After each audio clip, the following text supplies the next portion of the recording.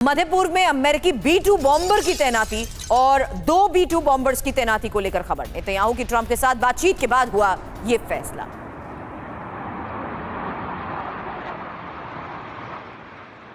लेकिन खबर है कि किसी भी वक्त टूट सकता है इजरायल और ईरान युद्ध विराम, क्योंकि अमेरिका से मध्यपूर्व की तरफ एयर रिफ्यूलिंग टैंकर रवाना हुए हैं और अमेरिका का सबसे बड़ा युद्धपोत भी मध्यपूर्व की तरफ रवाना हुआ है।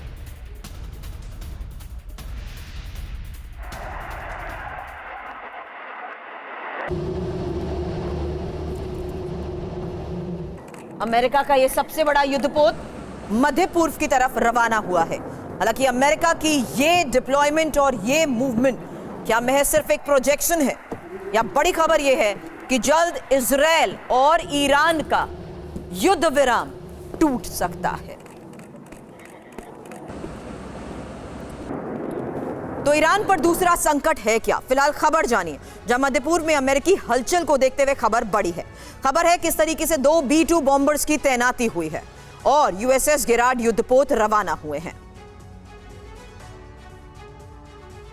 अमेरिका का यह सबसे बड़ा युद्धपोत आखिर रवाना क्यों किया गया, यही एक और सबसे बड़ा सवाल। हालांकि इजरायल और ईरान आज के इस हालात में क्या ये ईरान पर दूसरा संकट, क्योंकि खबर यह है कि मध्यपूर्व में अमेरिकी हलचल तेज है और 2 B-2 बॉम्बर्स की तैनाती हुई है। USS गेरार्ड युद्धपोत रवाना, एयर टैंकर की मौजूदगी। हालांकि इसके मायने समझिए, जहां ईरान पर दूसरी स्ट्राइक भी संभव और पहले से ज्यादा विध्वंसक हमले। इस बीच इस बार ईरानी सत्ता का तख्ता पलट और ईरान से अमेरिका और इजरायल को चुनौती। मध्यपूर्व में शांति के लिए ईरान पर हमला और ईरान पर दबाव बनाने की कोशिश। इस बीच एक और बड़ी खबर है, जहां इजरायल ने ईरान को चेतावनी दे दी है और ईरान पर फिर से हमले की चेतावनी को लेकर खबर यह कि ईरान बना रहा है एयर डिफेंस सिस्टम। चीन रूस के सहयोग से एयर डिफेंस सिस्टम के निर्माण को लेकर खबर है। इसी बात से इजरायल नाराज है।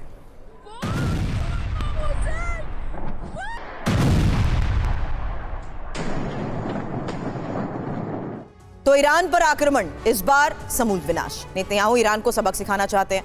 ईरानी परमाणु ठिकानों पर छोटे हमले भी संभव है और अमेरिका की मदद के साथ ईरान पर हमले संभव।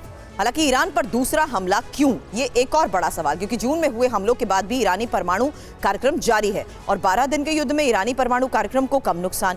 हालांकि ईरान के पास अभी भी 400 किलो एनरिच यूरेनियम है और मध्य पूर्व में सिर्फ ईरान कर सकता है US इजरायल का विरोध। इस बीच ईरान पर फिर से हमले की आशंका को देखते हुए खबर बढ़ी है, क्योंकि दूसरी तरफ गाजा में भी डोनाल्ड ट्रंप के 20 सूत्रीय प्रस्ताव को शांति की नई उम्मीद माना जा रहा है। लेकिन रिपोर्ट्स की माने तो हमास इस प्रस्ताव को अस्वीकार करने की तैयारी में है।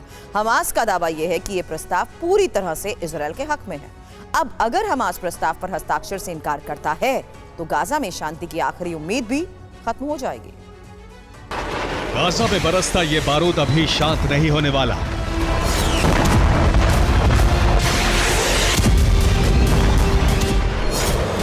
ये तय हो चुका है कि हमास के संपूर्ण सफाई तक इजरायल नहीं रुकेगा।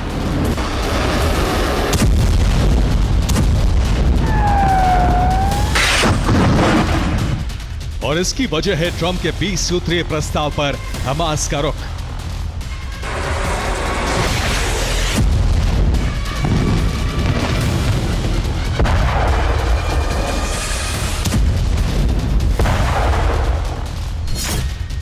BBC की रिपोर्ट के मुताबिक हमास ट्रंप के प्रस्ताव को अस्वीकार करने की तैयारी में है। इसके पीछे 4 प्रमुख वजह हैं। नंबर 1, हमास सरेंडर के लिए तैयार नहीं है। नंबर 2, हमास तुरंत बंधकों को रिहा नहीं करेगा। नंबर 3, गाजा में अंतर्राष्ट्रीय सेना की तैनाती नहीं होगी। नंबर 4, गाजा से इजरायली सेना की वापसी की समय सीमा तय नहीं होनी।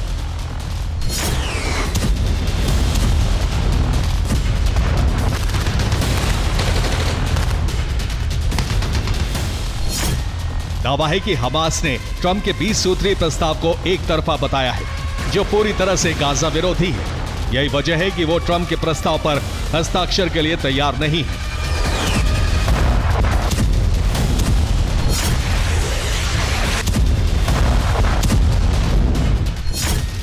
सिर्फ इतना ही नहीं, पाकिस्तान का आरोप है कि ट्रंप ने डील के जिस दस्तावेज पर अरब देशों के साथ बात की थी, उस दस्तावेज को भी बदल दिया गया है। पाकिस्तान के उप प्रधानमंत्री इशाक डार ने अपने बयान में कहा, यह हमारा दस्तावेज नहीं है जो हमने उन्हें भेजा था। कुछ प्रमुख क्षेत्र हैं जिन्हें हम शामिल करना चाहते हैं। इसके अलावा सऊदी अरब और जॉर्डन ने भी समझौते के कुछ बिंदुओं को लेकर बदलाव की मांग की है, लेकिन डोनाल्ड ट्रंप साफ कर चुके हैं कि इस समझौते में कोई बदलाव नहीं होगा।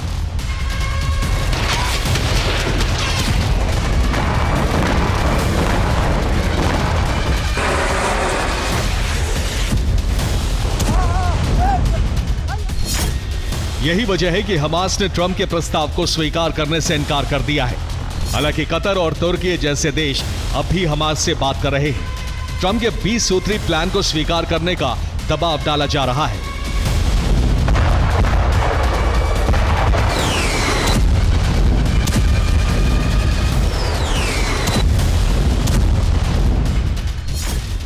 दरअसल डोनाल्ड ट्रंप ने 24 घंटे पहले ही साफ कर दिया था कि 20 सूत्रीय प्रस्ताव हमास के लिए आखिरी मौका है। अगर हमास इसे स्वीकार नहीं करता तो उसे भारी कीमत चुकानी पड़ेगी।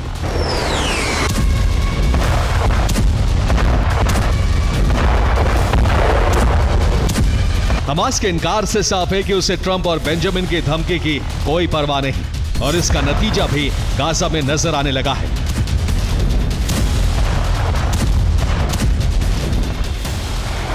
इजराइल ने गाजा पर हमले तेज कर दिए हैं।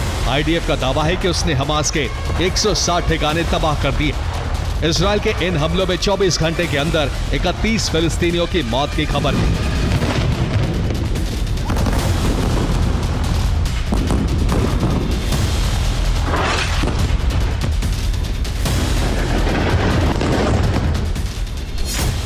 सिर्फ इतना ही नहीं, इजरायली ग्राउंड फोर्सेस ने भी अपना अभियान तेज कर दिया है। गाजा शहर में लगे हमास के बूबी ट्रैप्स को तबाह करते हुए इजरायली सैनिक आगे बढ़ रहे हैं।